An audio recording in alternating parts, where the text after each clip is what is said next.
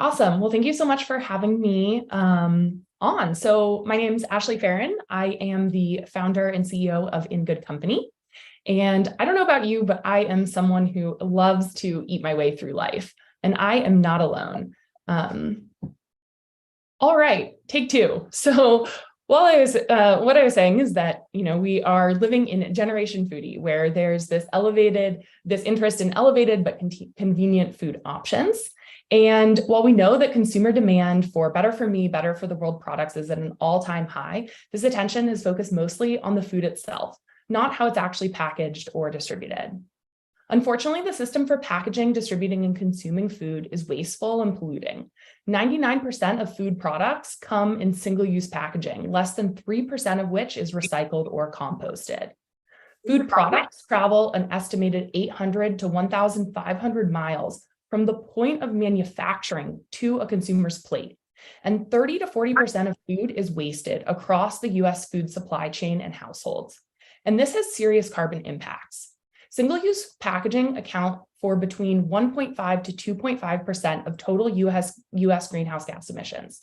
Food transportation adds another 6 to 7%, and food waste another 4 to 6%. If you add these up, there's between 11 to 16% of US greenhouse gas emissions just related to the packaging and distribution of our food supply. And this does not even account for the plastic pollution crisis our planet is also facing. So we are here to help change the game. In Good Company is a next generation retail platform that designs, produces, and distributes food products for the at-home market using a regionalized circular model that drives resiliency from product inception all the way to your dinner table.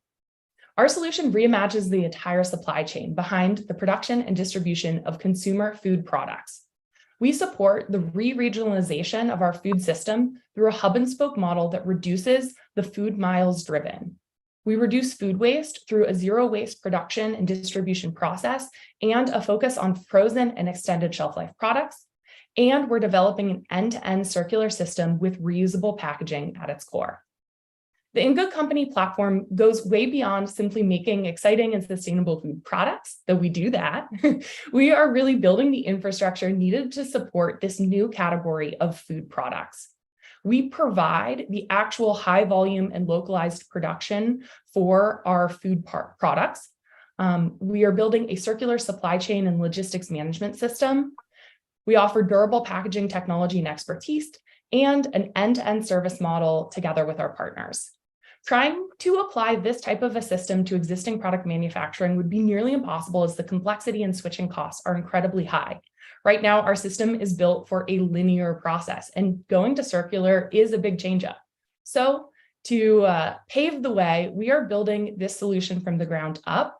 Our goal is to demonstrate how this type of a model can work and be applied to other systems going forward. And so to do this, we've started by applying our model, our approach to our own product line. So meet In Good Company's line of premium consumer products, and they are products that harness today's foodie interest in elevated and convenient meal experiences at home. We know that Americans prepare and eat 82% of their meals at home. 56% of US adults consider themselves foodies, and these people are already spending $134 billion a year on prepared meals, meal kits, and restaurant takeout. We are focused on applying our solution to this market as a jumping off point for today, and we see huge expansion potential in the future. So what does this actually mean? Well, over the last 2 years, we've developed a line of premium frozen products, releasing 78 different meals in collaboration with top chefs across Southern California. And we recognize that culture and consumer demand is one of the most powerful catalysts for significant business innovation.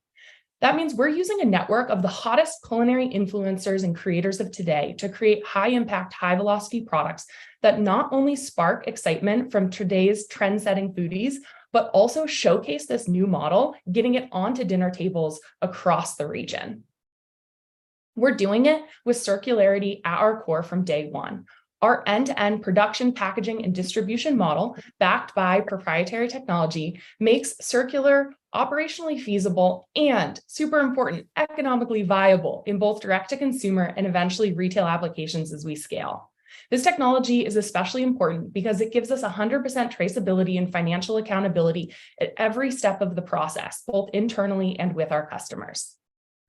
Our model is built around a vertically integrated hub and spoke approach, and we have our first hub operating in Southern California. To date, we've delivered meals to thousands of households, replacing over 50,000 single-use items. We've built a system where the maximum distance food travels is 150 miles. That's 80 to 90% less than in a traditional manufacturing model. And we've already proven a 90% packaging return rate, which is at or above the estimated break-even point for our products. But beyond the importance from just a model and sustainability perspective, we're really confident in this differentiated hub and spoke approach as it provides us with solid unit economics and a clear path to profitability by the region and overall. Something which is quite different if you think about the recent world of meal kit companies and expansion. Using this model, we can basically take one kitchen from launch to profitability in 21 months, and the investment in each kitchen is paid back in under 3 years.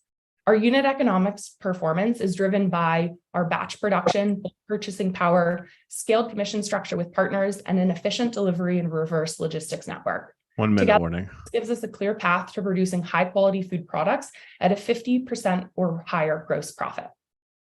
To see what this model looks like as we scale, we see it as a repeatable model that can spread across the country. Our plan is to open 15 kitchens in the next 5 to 7 years, giving us an ability to serve over 60 million people. And based on our current product line, we project being able to earn over $540 million in annual revenue with $100 million EBITDA.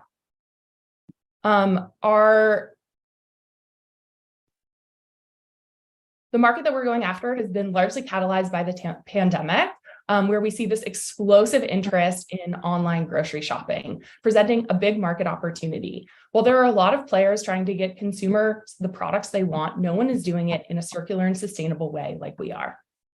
It's a solution that's working, and we've already had a ton of coverage from major media sources. I've got a great team helping me bring this vision to life. Really quickly, my background before the pandemic, I was actually building another circular economy-based business focused exclusively on the packaging side of the business. Time is up. Okay. Sorry about that. Got a little thrown off from the start, but it all I'm happy happened. to go through any questions around the team or our fundraise as we wrap up. So about the previous packaging startup, there's a lot of companies that are just trying to get the circular packaging systems going. And you made it sound like you already have that working well. Why also make the direct-to-consumer business then? Pardon? Why also build a direct-to-consumer business when you have a technology you could license or sell to others? Yeah, so we see the marriage of our circular packaging with the product today as a real way to drive the velocity and usage of our products on consumer tables. So we are able to, basically drive consumer demand for the products. And something to note about our traction to date, we've built up our customer base and sold all of our products off of 100% organic marketing. So instead of trying to convince customers to try circular packaging or a circular packaging service, instead we are exciting them by the product, by their interest in food. And that really opens up people's minds to want to take this one extra little step around the circular packaging.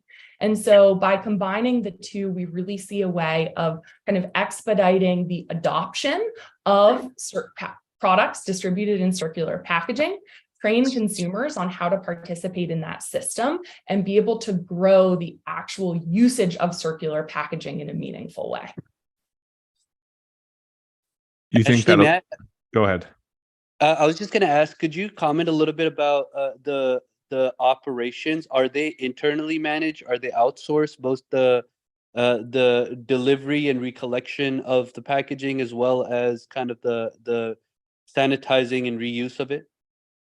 Yeah, so we are a vertically integrated operation. That means we kind of manage the process all the way from product development and production on the front end through to the delivery and recollection of our packaging on the back end.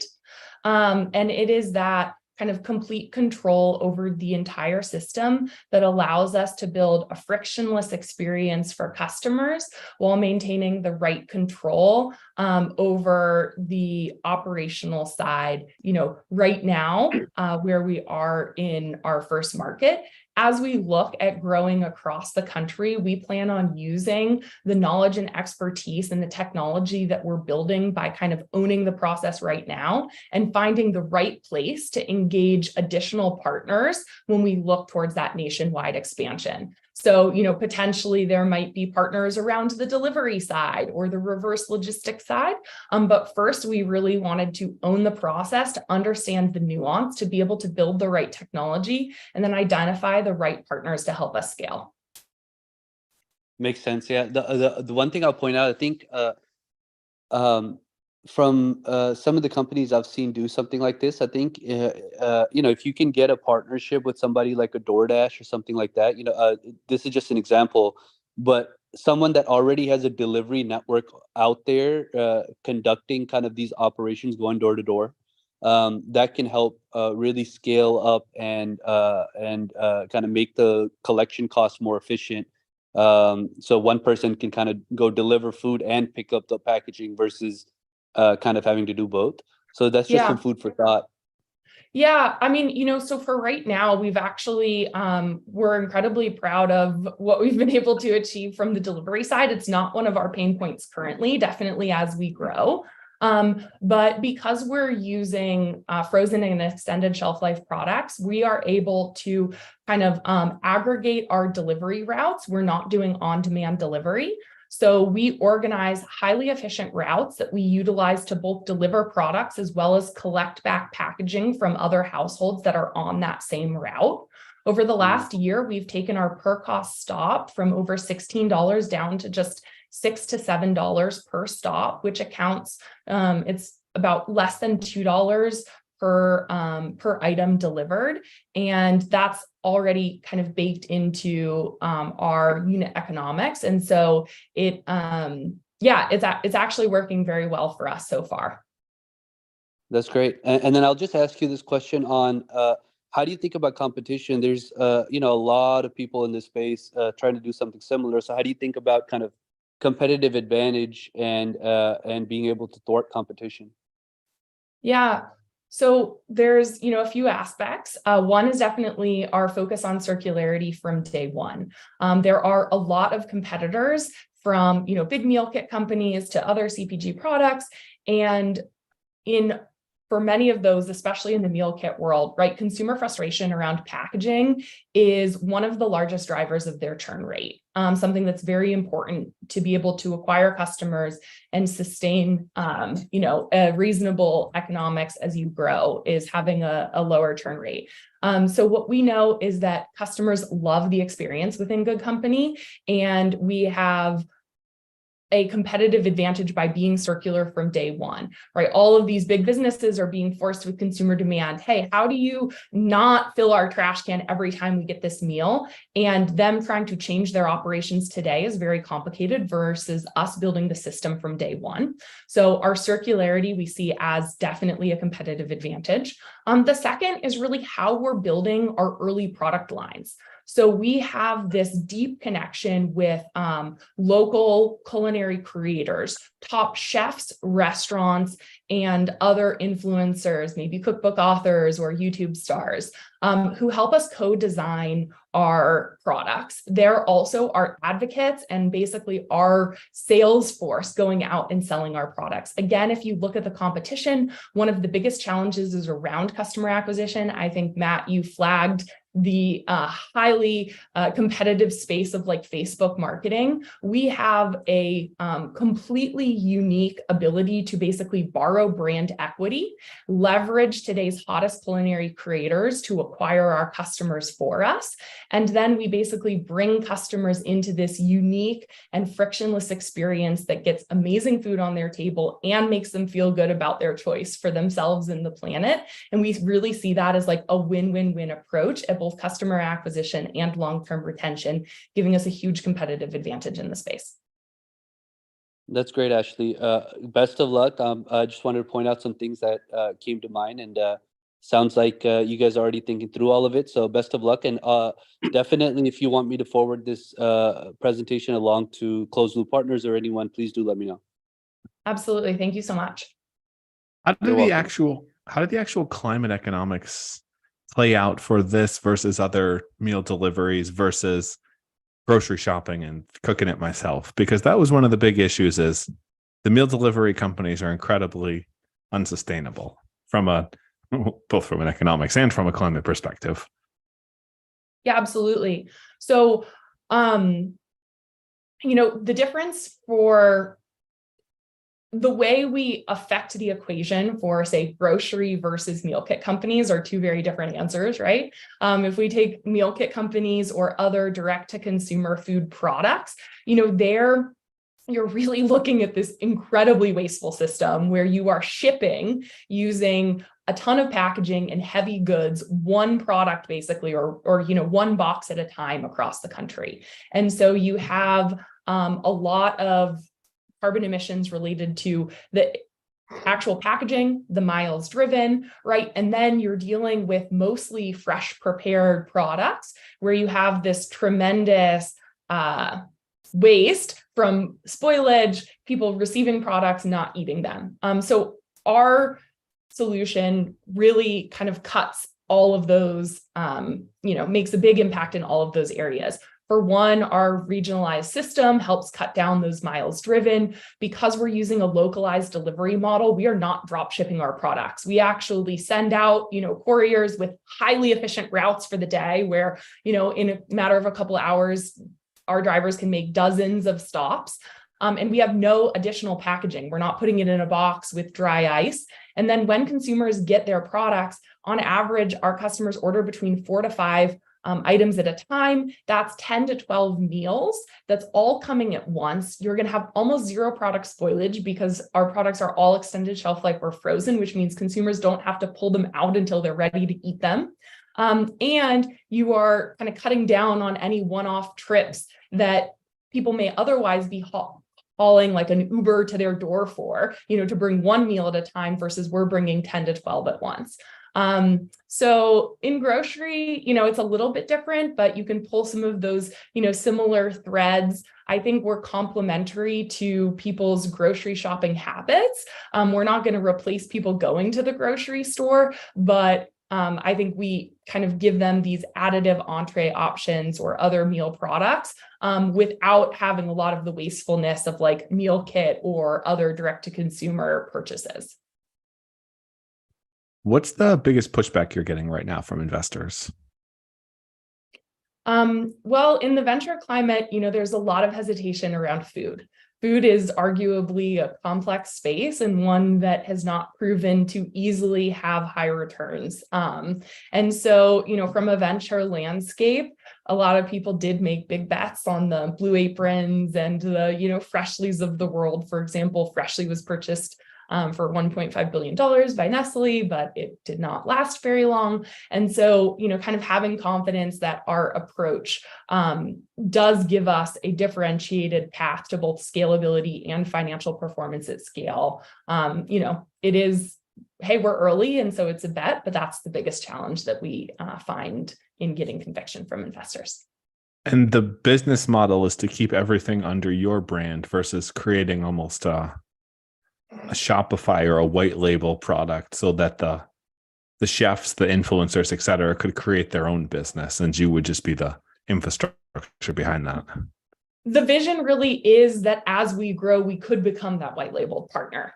We've focused first on the In Good Company line of products that you see today as that kind of almost demonstration of the infrastructure that we're building. We've already had partners come to us and want to talk about, hey, could we help them kind of fast track their ability to launch this specific product? And we are very excited about the potential of being that regional partner for culinary influencers to design and release products that not only excite consumers at home, but do it in a sustainable and a unique way. The other part, which I won't belabor right now, but around circular packaging is we can just deliver a phenomenally better customer experience, right? And so for these chefs and restaurants that want to have a great meal experience at home. They don't want their Michelin-starred food arriving in a soggy cardboard box that you heat up in the oven. We can really be a value-add partner that brings their brand to life. But it's showing up frozen, right? Pardon? But it's showing up frozen. So you're not going to be that either way then, are you? Absolutely. We've already worked with Michelin-starred chefs. We've worked with incredible restaurant partners. It is also in opening up our minds to what's possible with frozen. I mean, we can do a handmade 7-layer semolina pasta lasagna with, farmers market fresh ingredients. And I guarantee you, when you put that in your oven and you pull it out piping hot at home and you put it on the table with a beautiful salad and open a bottle of wine, your meal experience from that Michelin-starred chef is going to be so close to what you could get in comparison to like maybe ordering that off of Uber Eats and getting something, sent to your car in the back of the table. And it's also phenomenally better than what most home cooks are going to be able to achieve on their own. So the fact that it's frozen, we don't see as a minimizer in terms of quality or experience in any way.